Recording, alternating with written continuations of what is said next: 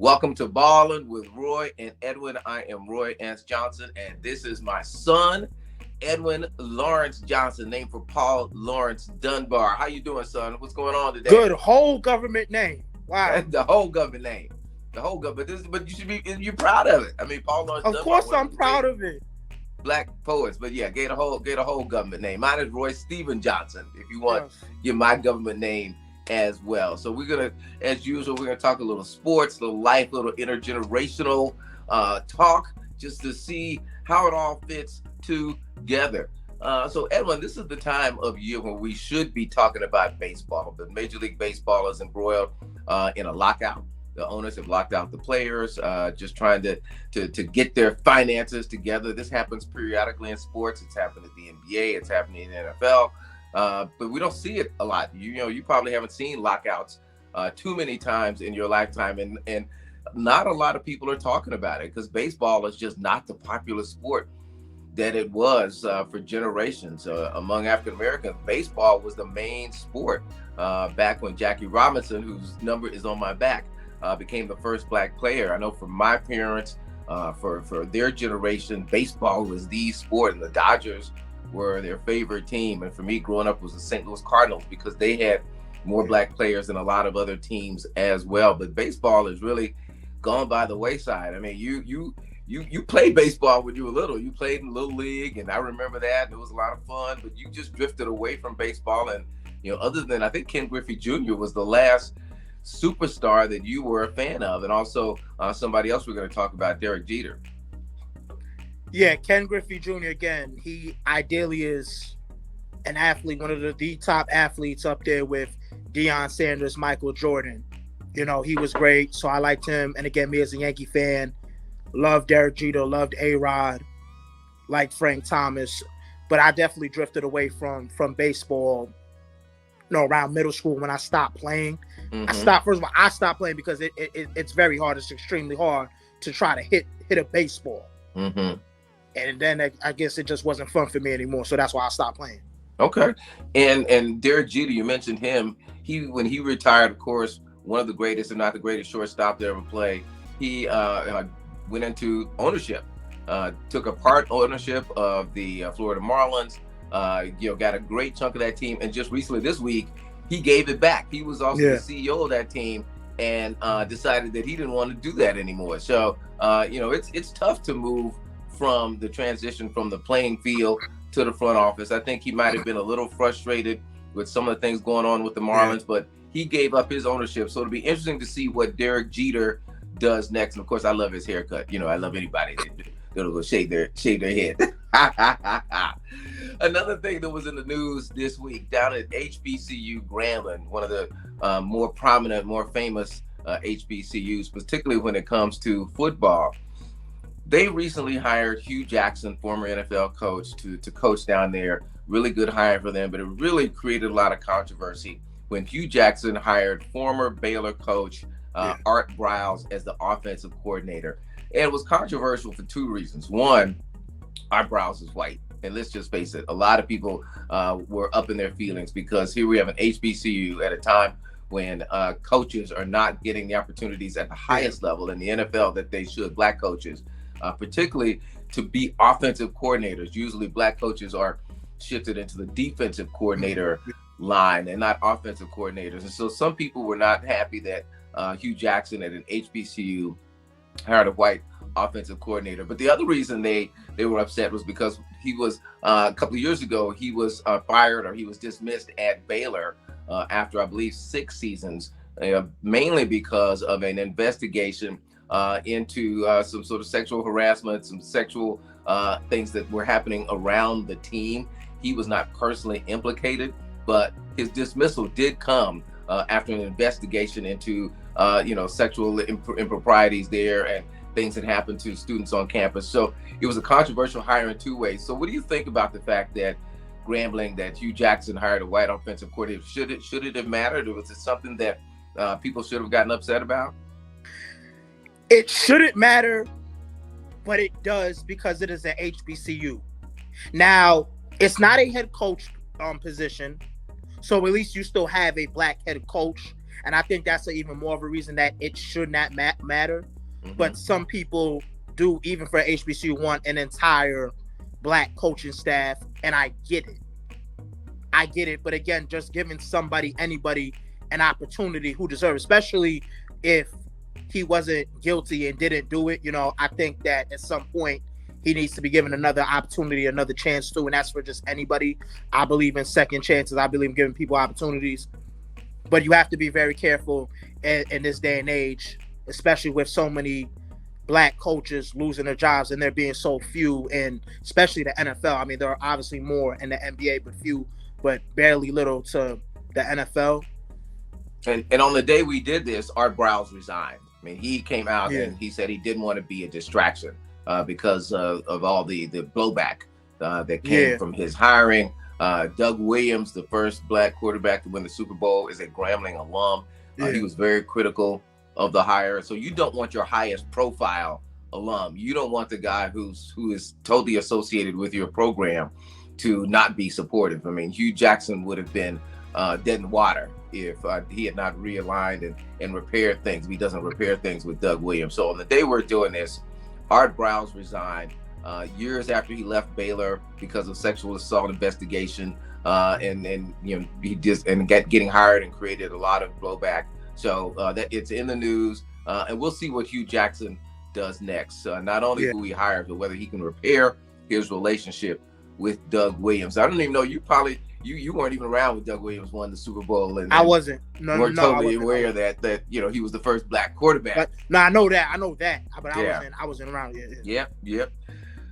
So let's talk about the NBA. I mean, NBA is rolling towards the playoffs. A lot to talk about. Last episode, we talked about the trade, James Harden from Brooklyn to the 76ers.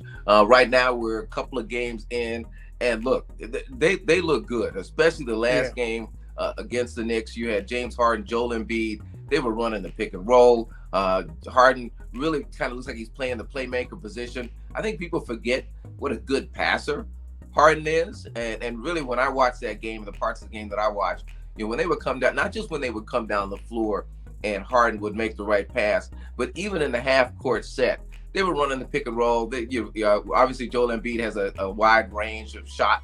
Yeah, I mean, they really seemed to be in sync right quickly. Yeah, I mean, there's a reason why James Harden was on the top 75, and again, and it wasn't for his pass. As great as his passing was, it's for being one of the greatest scorers we have ever seen. That's why he was on the top 75.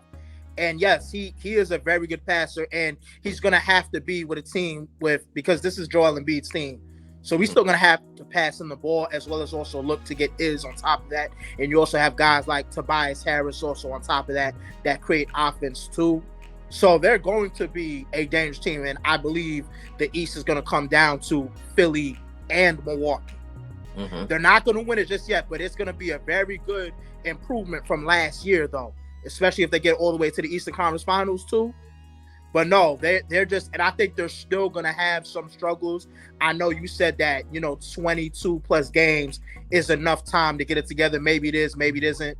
So far, so good. It's for the first few games. They still have a couple more. I think there's going to be struggle here or there, but because again, it's trying to balance two guys that need to have the ball in their hand though also. But again, I think what's going to happen is if he takes more of the playmaker role, it's going to continue to be less pressure off him, more on Joel Embiid, and then he's going to be able to hit those deep threes first, and then it's like you try to pressure him. Well, he can get to the basket also if you play him too aggressively too. Mm-hmm. So I think, offensively it's going to work out.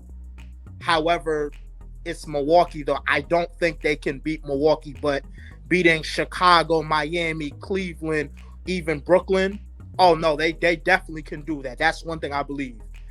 I mean, the toughest things for new teams, and anytime you make a trade like that, you kind of reinvent yourself. You're not the same team.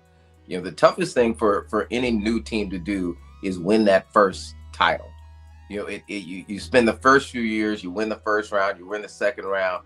It's tough, and even saw it with Milwaukee. Milwaukee had to work its way up to where they had the fortitude to endure and win an NBA Finals. It takes something mentally to get past that hurdle. I mean, I've seen it for generations. It took a while for Michael Jordan's Bulls to get past the Boston Celtics. It took the Philadelphia 76ers a while to get past the Boston Celtics. It took, when the Lakers and Celtics played, I mean, it took them a while to be able to get through each other. Look at the Detroit Pistons. It took them a while to earn their way up to the top and win a title. So we have a different kind of game these days, but that hasn't changed. And so the biggest thing that works against the Sixers, I think the Sixers have the talent to win the title. I think they have the talent now.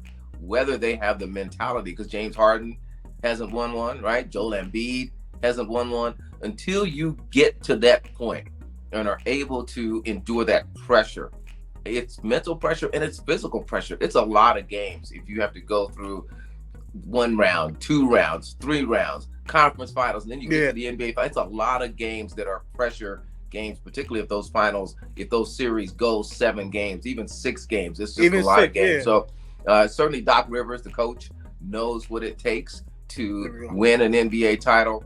But the biggest hurdle that the Sixers will have won't be talent.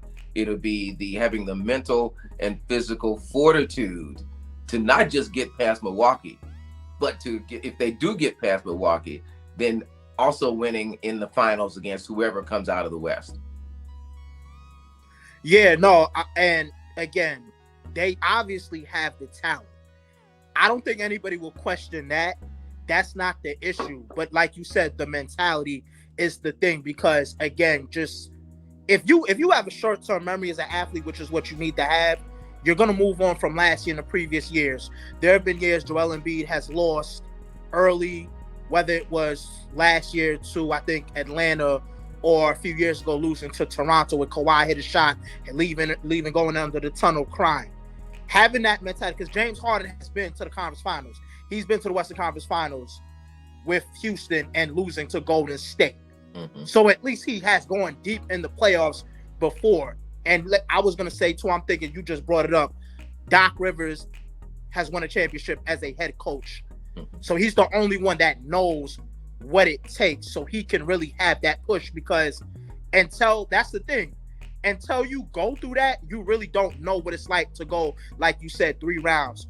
First round, second round, conference finals, and then NBA finals if it goes to game 7 or it goes to even game 6. But that's what I'm saying. It starts mental first, and then it's always going to be mental first, and then it comes to the physical. Mm-hmm. Joel Embiid, look, he's a big man that can shoot. A lot of centers can shoot now. A center won the 3-point contest this year. So he also is going to have to get down low and play that bully ball also and mix it up. But yes, he has to be tough. And even I don't know if you saw, he had slipped during the Knicks game, and like I said, it wasn't anything serious. Mm-hmm. But if he's able to just push himself, and Doc's able to push himself, and he's able to have the mentality, I'm the best player on this team, this is my team, I'm the best even player in the world, I'm an MVP, that's what's going to get him through that, because that is what got Michael Jordan, past Detroit. For all the beatings that Detroit gave him, the bad boys gave to him, it was the mentality that allowed him to get into the gym, get bigger, get stronger, and finally get over that hurdle. And that same mentality worked for Giannis too, until Giannis started to believe he was the best player on the floor. Once that happened, he became unstoppable. He was unstoppable physically, but once he had the mentality, once he truly began to believe that he's the best player on the floor, that's when Milwaukee just. Well, let me just say something about Giannis, and you are right. The one thing about Giannis, though, the mentality, it was always there in the sense of being a competitor. That's why he really doesn't want to team up with other stars.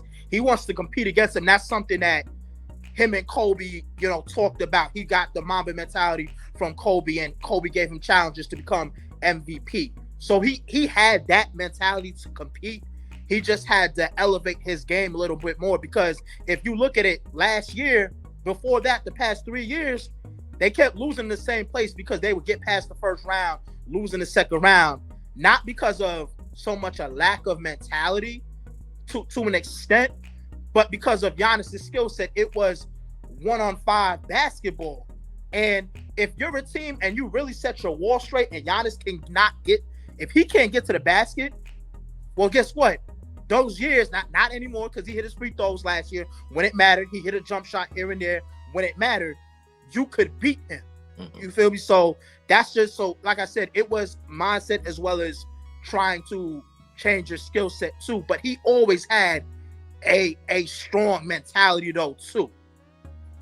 Now, before we leave the East, let's talk about one of your favorite players and one of my least favorite players, Kyrie. Yeah, so Yeah. Kyrie has been controversial all year long. Through the pandemic, it's been widely publicized. He refused to get vaccinated. The NBA had a rule that it was going to follow the mandates of the states in which the teams played, and New York said if you weren't vaccinated, you couldn't go inside. They mandated that they had to do that. So Kyrie wasn't playing home games. So now, what is your take on Kyrie for this year? It looks like he's not going to play anymore, right? Is that what's going to happen, or tell me your take on Kyrie right now? Well, he's still playing away games. He can play away games. He can't play home games. I haven't heard anything about him not playing any more games this season. Mm-hmm. Maybe I missed something. No, but he pretty much, like I said, he can play it away. If this mandate gets uplifted, and I forget the mayor's name, but if he uplifts it, well, he needs to be able to play these home games effective immediately, immediately, because from what I'm hearing is opposing players coming from other teams to play at the Barclays Center can still play there if they have not been vaccinated. Right. I've heard that tourist people can enter the Barclays Center that have not been vaccinated. So the decision to uplift it is a business decision. Mm-hmm. Let's be clear. It's not a health decision like Toronto. The Raptors arena has been empty the entire season. That is a health concern. Right. This is a business concern for New York City. But that doesn't make any sense because you're talking about tourism and residency. Okay, so if that is a business decision and Kyrie is box office and you're talking about the Barclays Center, whether it's the Barclays Center or Madison Square Garden, why would you not have him play? Because that's business also. Mm-hmm. That's Kyrie's revenue too. Now, don't get me wrong, Kevin Durant is as well, but when he's out, you would want somebody like Kyrie to play who is box office, who are going to have people spending money coming to go see them play. Mm-hmm. So right there, it doesn't make any sense. The mayor and the governor, it's either you're with it or you're not. You can't be on one way or another where, okay, all these other businesses can do this, but he can't. That doesn't make any sense. Because we've all been fighting through this mandate and how it affects our lives for almost 2 years now. We're coming up on 2 years since the pandemic started, and I'm glad to see that we're kind of finding this new normal. It's still affecting sports. It's still affecting people's lives, and we pray for people who still get infected, and hopefully they are vaccinated so that it minimizes the effects.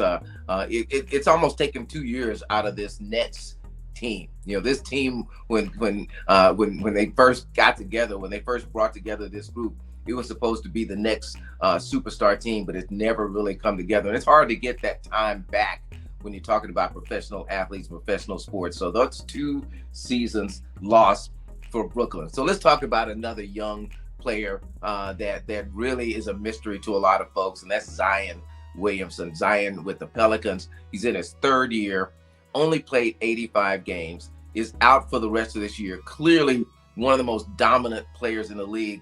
Came in as a rookie, shoots 65% from the field, just a force beneath the basket, can almost get to the rim at any time in any way, but he can't stay healthy.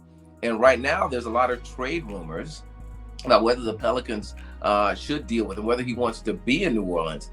And it looks like New Orleans has a pretty solid young team. I mean, they may not make the playoffs this year, but a trade a lot of people didn't talk about. Everybody was talking about the Harden trade. Getting C.J. McCollum from Portland looks to have been a great move by the Pelicans, and they seem to have been playing well so far since he arrived. I mean, here's a talented player. I believe he's about 8 seasons into his career. Very successful career in Portland, pairing with Damian Lillard.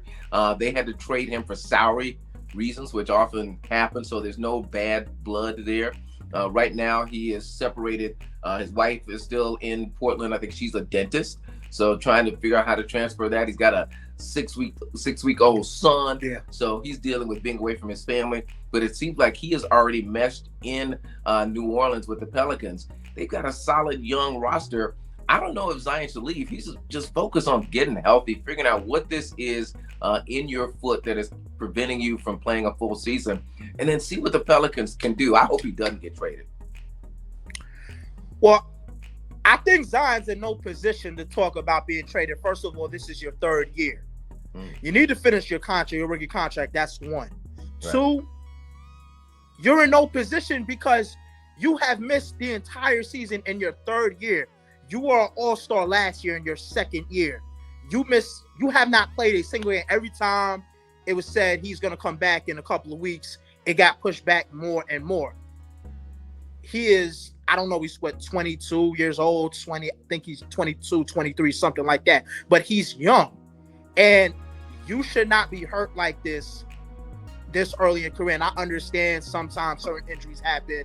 People, like I said, players might break a leg or something serious, tear an ACL, and I can understand injuries like that. But let's be clear, this injury is because he was not in shape and he gained weight. Now, look, Zion is a big player. He's a big athlete.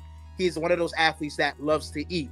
There's nothing wrong with that. I don't want people to condemn him because he likes to eat, but you have, because I like to eat myself too. I've always liked to eat, but you have to have balance also. You have to start during the season at certain times during the off season. You have to diet and maybe have, like, say, the week of certain days where you eat whatever you want, but you can't just be in the off season just eating and not working out, because with you going to the gym, shooting, playing pickup games, lifting weights, that's enough for you to keep a good weight. You know what I'm saying? Not just eat, because Zion's has always been at 280, 285.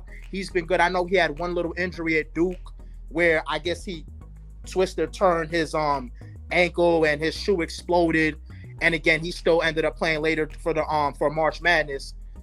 But right here he's gonna have to get to a point, and I think veteran players are gonna start to really have to get to him and tell him, we need you. You're a very talented player, but you're no good to your team not playing, especially for the entire season in your third year. So I think at some point he's gonna have to really start taking the nutrition more seriously, getting a private chef, getting a nutritionist, having an ideal weight of maybe 275 and maybe at some point 260, because I'm not going to sit there and say he needs to do an extreme weight loss because he's so young, but at some point he's going to have an ideal weight. Like, I know he's been usually at 280, 285-ish, but I mean right now, he like 330. He can't be at 300 yet alone over that anymore. I think he needs to stay at that 275. When he gets closer to 30, get down to 260, so that way he'll be able to play longer, because it's always like, as you get older, there's so much, if you're heavier, there's just more pressure on your joints. And I think that was like probably the thing with Charles Barkley too, when he was in Houston, why he had to retire, because it was just so much pressure on his joints. And just trying to bring up Charles Barkley too, the one thing that he talked about is Moses Malone being his mentor. He called him fat and lazy. And Charles cried from that too. One, because as you know, Charles was a tough player. He got into many fights throughout his career, but he said, no, I couldn't kick Moses Malone's ass. So he didn't fight him. You feel what I'm saying? But yeah, you don't pick that fight. You didn't pick that fight. Yeah, but it got to him though. And that's when he tried to really start getting himself into shape. And again, the mound rebound, because you saw there are times where he was heavy, but you also look at Phoenix. Charles had six-pack abs too, but you have to have somebody get to that, because he's young too. Not everything's going to click in when you are 22 or 23 years old, but it's going to have to at some point though. And just somebody has to put him aside, coaches, and just really talk to him and just be able to understand it's okay to eat, to like to eat, but you have to be able to have that discipline in the sense of knowing what to eat, when to, staying in shape during the off season, enjoying, what you do. But you just can't come in and be hurt like this in this point in your career. You're too young and you're too valuable. Let me give you the old school translation of what Edwyn just said. Zion, get yourself together, young blood. Get it together. You are a pro. It is now time for you to be a pro in every aspect of your life. We know you got skills. We know you got talent. we know you can dominate the game. But until you dominate your mind, until you prioritize yourself, your discipline, your eating, your working out, you're going to become that player who's constantly injured and misses half the season. And you're right on the precipice. You don't want to become that player. You know, you got your 3 seasons, 85 games. You got to do better. You can't play 85 games over the next 3 seasons, or you're going to be labeled as an injury-riddled player. The only person who can fix that, Zion, is you. Get it together, young blood. Now is your time. Don't shut out all the noise about trades. As Edwyn said, you are in no position to demand a trade. Sure, you wanted to play in New York. Sure, you want to play with the Knicks. A whole bunch of people want to play with the Knicks. You want to play at the Garden. Forget that. Put that out of your mind. You got a solid young group of players, great teammates, solid coach in New Orleans. Get it together. Go make that team the best it could be. Look at Giannis. Look at Giannis. I mean, he a lot of people are talking about he should leave Milwaukee because it was a small market. Maybe he should go play somewhere else. Took the Bucks to a championship. He's going nowhere. He, not took over the city, but he embraced the city. He did. And so embrace New Orleans. New Orleans is waiting for you to lead them to the same place that Giannis led the Bucks. Just stay there, young blood. Get yourself together and become and stay a Pelican. That's all I gotta say. I think that's what Edwyn said. Is that you agree? Is that basically the translation of what you said? Get it together. Yeah, y'all say that. You got an opportunity there. So this is great.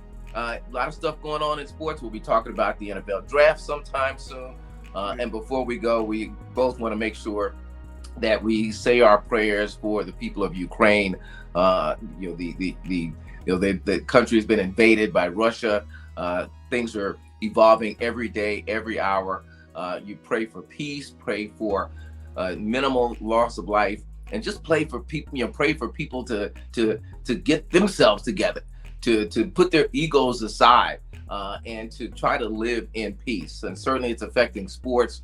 You're seeing Russian athletes all over the place being banned from playing here in Birmingham. They just announced that Russian athletes will not be allowed to play in the World Games here this summer. So sanctions all across the board for Russia. No one seems to be rooting for Russia in this. Russia's being the aggressor, invading a neighboring country. Long history there that is too complicated for most of us to even try to embrace. It's simple on one hand, but it's complicated and generational on another. That's why it's important to have these generational discussions to talk about, see how life and sports and all these things come together, because they're not separate. From Jackie Robinson and what he did to elevate African Americans in baseball and out of baseball, and how it affected us for generations, how we're still fighting for opportunities at the highest levels of sports, particularly in the NFL right now, where you're seeing head coaches not getting the opportunity to be in that position. Black head coaches not getting the opportunity to do that, even though they're qualified. So the struggle continues. It is global, and we're just going to continue to have these discussions. So Edwyn, anything else you want to say before we go? I know your head start thinking about the NFL draft coming up soon, but anything else you want to say before we sign out? No. Like I said, next time I'm gonna have some hot topics for you guys. Again, Kyler Murray, that's one of the biggest ones in the NFL too. At some point, I definitely want to get on that. Definitely want to hopefully be able to talk about Kyrie finally playing off of this mandate. But no, other than that. All right, man. It was good seeing you as always. And for everybody out there, keep balling. We'll see you next time. Bye, everybody.